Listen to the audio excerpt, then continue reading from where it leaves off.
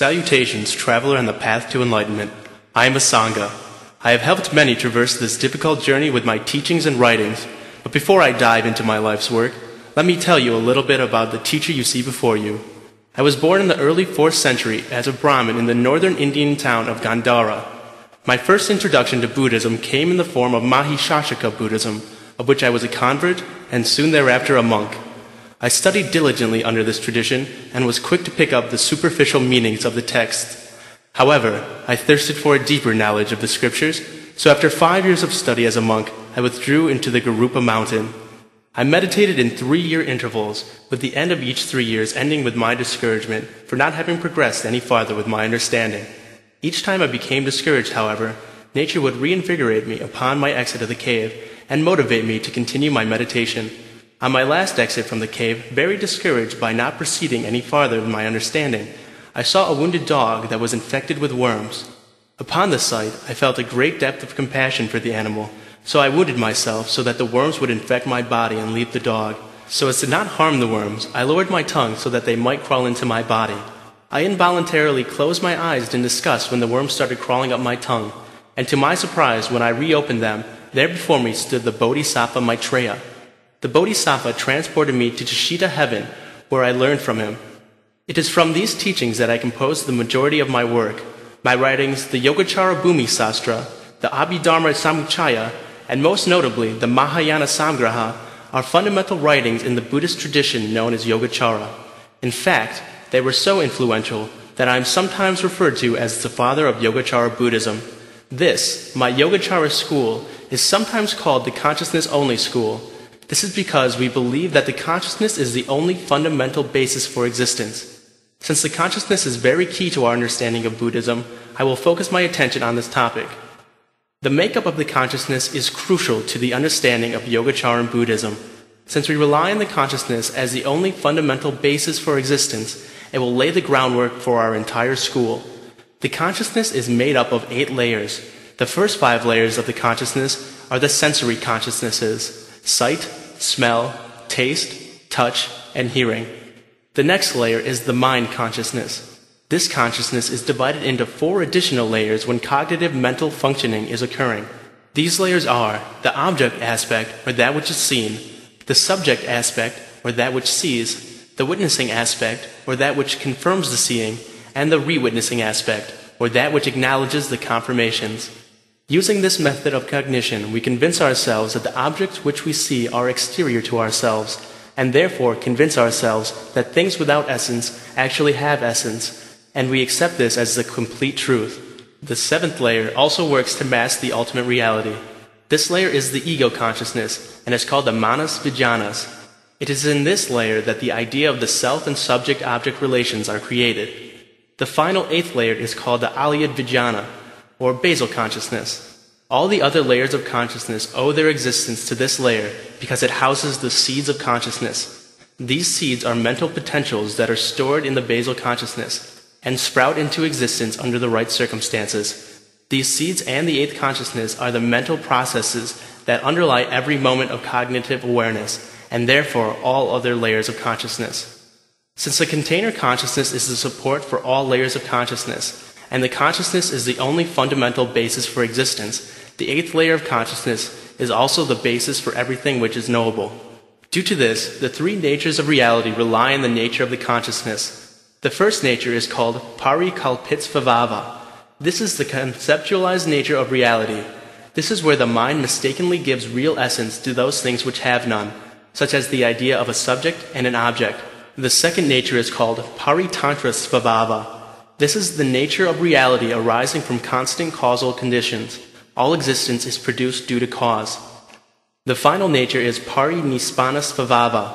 This is the completed nature of reality, and is known only by the Buddha and the Bodhisattvas. It is important to remember that all of these natures owe their existence to one another, and are not merely arranged as a hierarchy. Much like the natures of reality, karma will also owe its existence to the basal consciousness. Perhaps this can be better understood if one thinks of the basal consciousness as a greenhouse.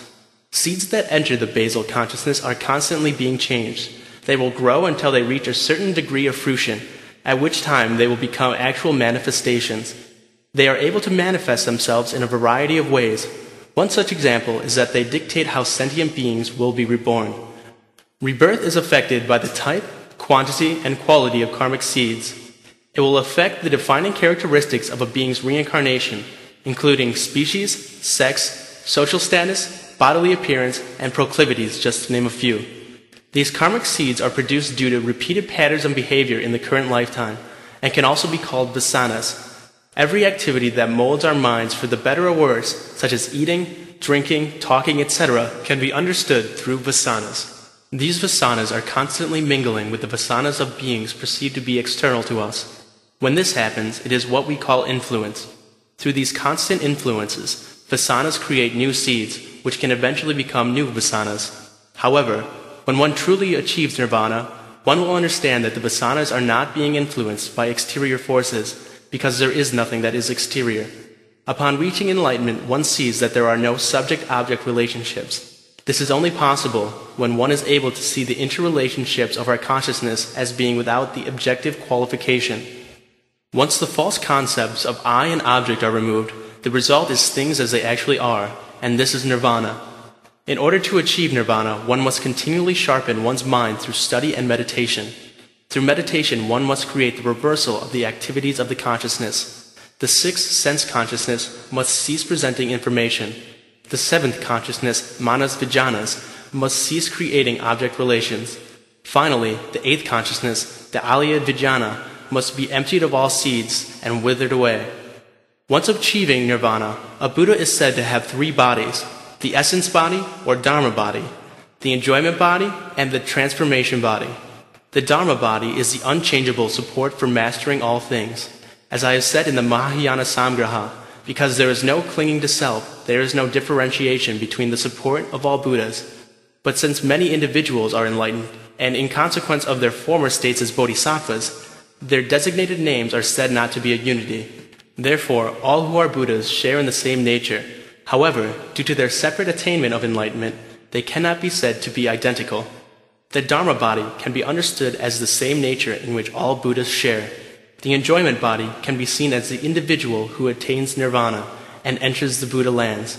Finally, the transformation body is the body which is the part of the Buddha that is able to manifest itself in the material world to help others achieve nirvana. Since the transformation body of a Buddha is used to help other beings achieve nirvana, complete cessation is impossible for a Buddha, because a Buddha will continue to work until all sentient beings have become enlightened. Thus, it has been shown that the consciousness sets before us the true path to enlightenment.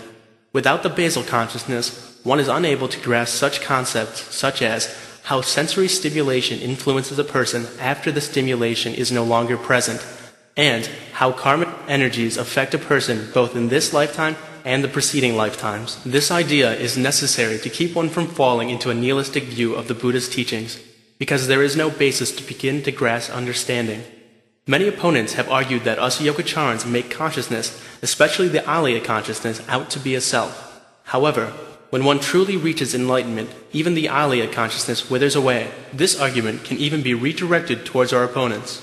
We are quick to point out that by saying that everything is empty and without essence, one clings to the notion of emptiness, which itself is without essence. One cannot start an investigation into the true nature of things without evaluating how we conceive things. Therefore, it is through the exploration of the consciousness that we are able to give direction to the traveler on the path to enlightenment.